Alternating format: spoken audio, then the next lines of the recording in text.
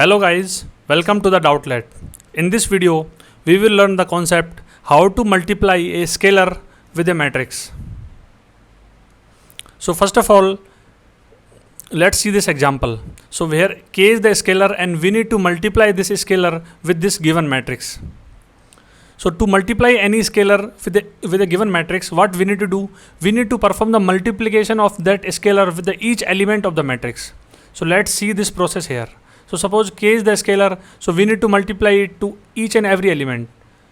So we can write this as k into a, this is k into b, this is k into c, and this is k into d.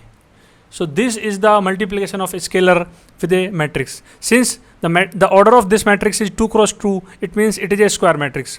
But in the second example, I have just taken the non-square matrix that is of order 2 cross 3. It means it is not necessary that a matrix should be a square to multiply to get multiplied with any scalar. So here the p is the scalar and we need to multiply it with a 2 cross 3 matrix. So again, what we need to do? We need to perform the multiplication of this scalar with each and every element of the matrix. So we will perform it here. So we can write this as p into d, p into e, p into f.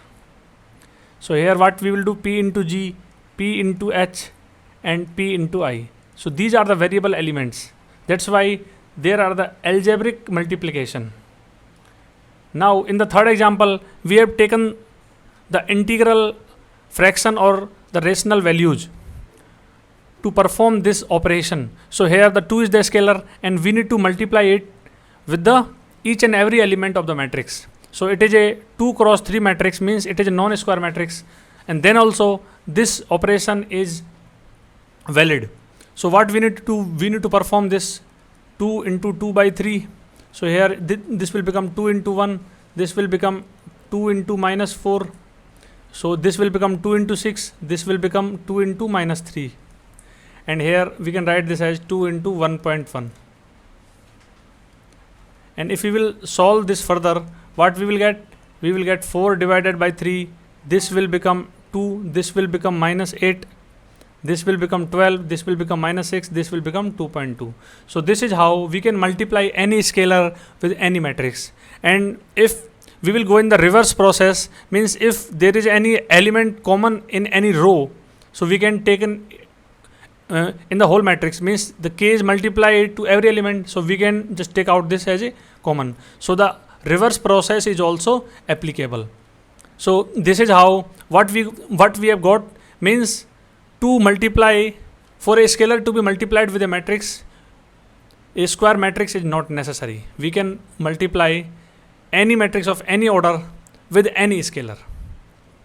And I have also just designed a calculator for this concept, and I will provide the link of that in the description below.